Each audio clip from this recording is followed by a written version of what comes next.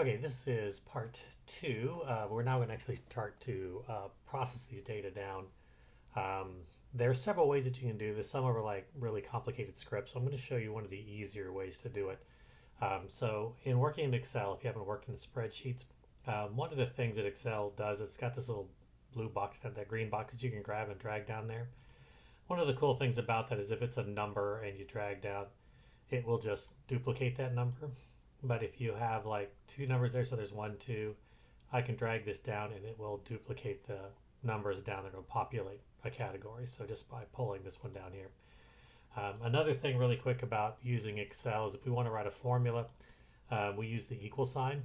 So we can do equal sign and then we can do anything. So if I want to do sum, and I can sum these two numbers together, close parentheses, and yay, I've got a total. And then if I drag this down, it will sum the population. See it's 12 and 13, and then this one it changes 13 and 14, and it moves it down there. I can also put in like a dollar sign, which will lock these things, that sort of stuff. So I'm going to take advantage of the fact that I can get Excel to do a bunch of things relatively easy, that duplication method, because we have a lot of data here. So every minute we took data, and so it goes down. This particular one goes down 6,700, almost 6,800 data points. So we could chart that out. It'll be kind of crazy, but let's just do it just for fun real quick. If I insert and I do my little data chart here, I can go, yeah, give me a line data chart of that whole thing, and it will eventually do it. So hooray! There's your daytime, nighttime temperatures running all the way down through this by numbers, not by dates. So you can see it's kind of gone up and down and warm. So there's my full data set. Hooray! We can piece these all together if you want, but obviously we just want to look at chunks of them. So something that might make it a little bit easier is let's do every 30 minutes. And so follow along with me here. So what I'm going to do is I'm going to do, let's get the timestamp so that I know when this is occurring. So I want these three together there. So I'm going to do a Control C, which is for copy. And then over here, I'm going to do a actually, it's a little weird, Control V. And I've copied these little guys out there. I'm double clicking so that each one of the fields, the titles are all sitting there so we can see them. So how I'm going to have you do this is take your 1800, Control C, drop it over here in your timestamp, Control V, and I'm going to double click to make that so that I can read it. So I just double clicked on the spacer there so that I can read that individual number there. I'm going to come down here to 1830, and the reason I'm doing this is so that I can show you what the gap is going to be. I'm going to scroll down, and I want to do this for the first three stops. Okay, I'm going to C, and then V.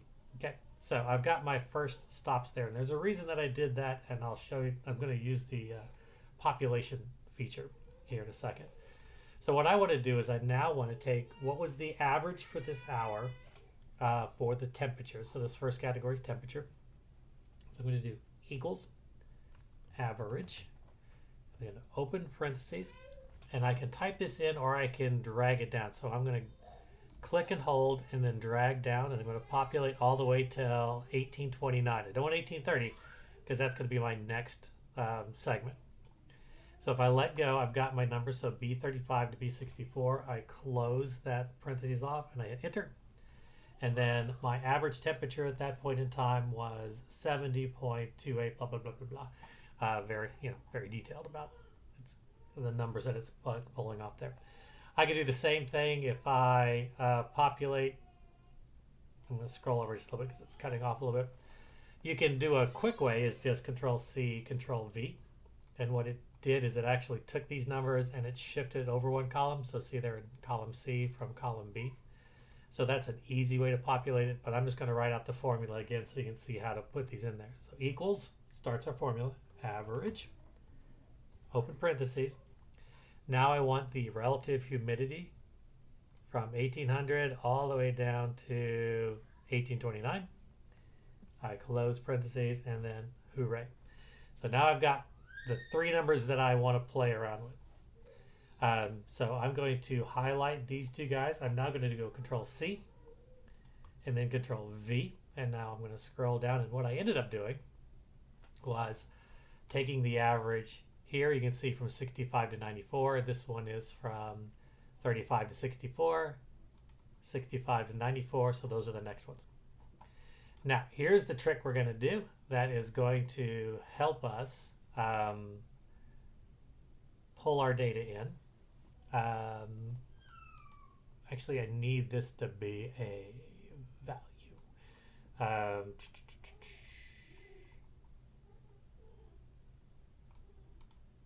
It may work. Let's see if we do this. Okay, we're going to pull down, and we're going to stop right here. Scroll over just a little bit more.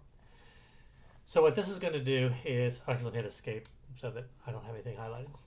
So what I've done is I've just highlighted, I want to populate these numbers in these gaps. So every 30 minutes, it's going to calculate the average for that 30-minute segment, both temperature and both our relative humidity here and here.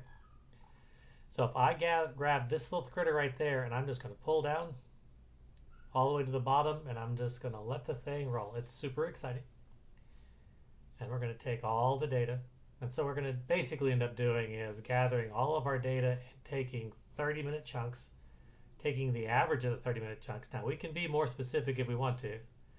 Now I do that, and look, boop, boop, boop, all the way down to here. I've got this recording every 30 minutes. It looks like we didn't make it to the next segment, so it didn't record it.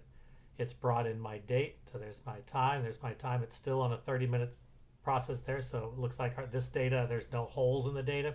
If there are gaps in the data, we kind of have to insert, like say there was a 10-minute gap here for whatever reason, we would have to insert 10 blank spaces for it to line back up, and then our data would work out again. So you can see I've got all of my data up there. So now I've got tons and tons of data that are way down over here. How am I going to take care of this? All right, trick number 2. I'm going to highlight those 3 fields by dragging over here. So this is highlighting everything in the that's all the way down to the very bottom. I'm going to hit F5. So these are super fancy tricks. F5 is going to give me this go to. So this is how I could type in code. I'm going to click on special, and then I'm going to select all blanks. Okay, so it's just going to be the ones that they highlighted here. Click on that. It's going to take a little while because we've got a ton of data, right? So it's running down through all the process. Here's the number running all the way up until it's done. Now you notice that the things in white are where the data are. We've highlighted where there are no numbers. Now I'm going to right click here, and then I'm going to go delete, and it's going to want to know what to do with the data. I'm going to shift all the rows, all the cells up. So I'm going to get rid of all the blanks and shift all of them up, and watch what happens. It's going to take a little while because there's a lot of data.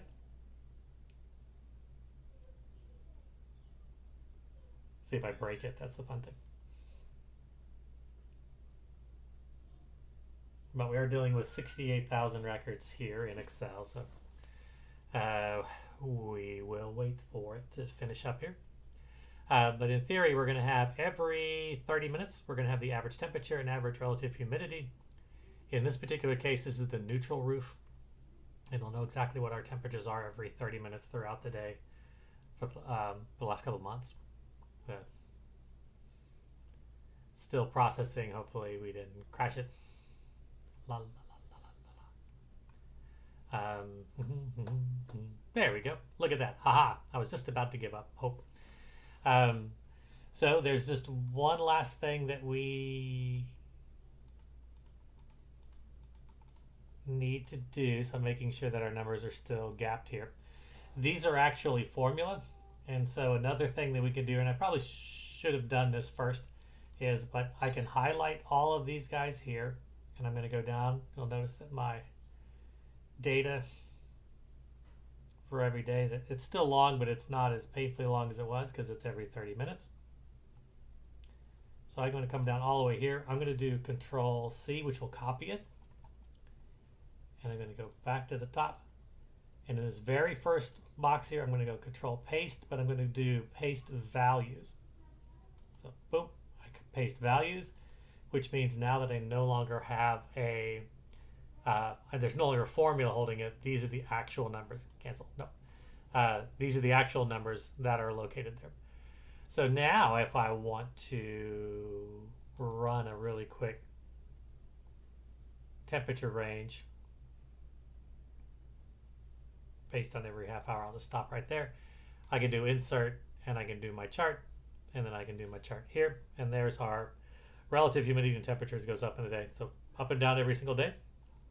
It's a little bit easier to handle and read there, and then we'll be able to compare all these things together once we get it. Okay, so we're going to populate the data. We can either do that copy paste of the whole column there with values, because we don't want the formulas to move. It actually kept track of the formulas, which is what I was watching for, which was good news.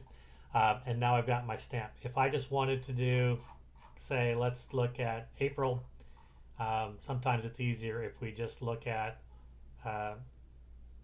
just a couple days, because the data are a little bit easier to play around with, and we'll probably do this when we get into the individual data. I'm going to go ahead and continue to do this on the other one. So there's our temperatures going up and down, and then our dew point temperatures up and down. It says series 1 and series 2 because I didn't highlight the top part there. But anyway, so as our temperatures go up and down, our dew point's going to be following alongside with that. Okay, so let's go ahead and we'll process the rest of our data. I will go ahead and do it for the other ones as well and walk you through it, just so you can see how it's done. So this is video number 2.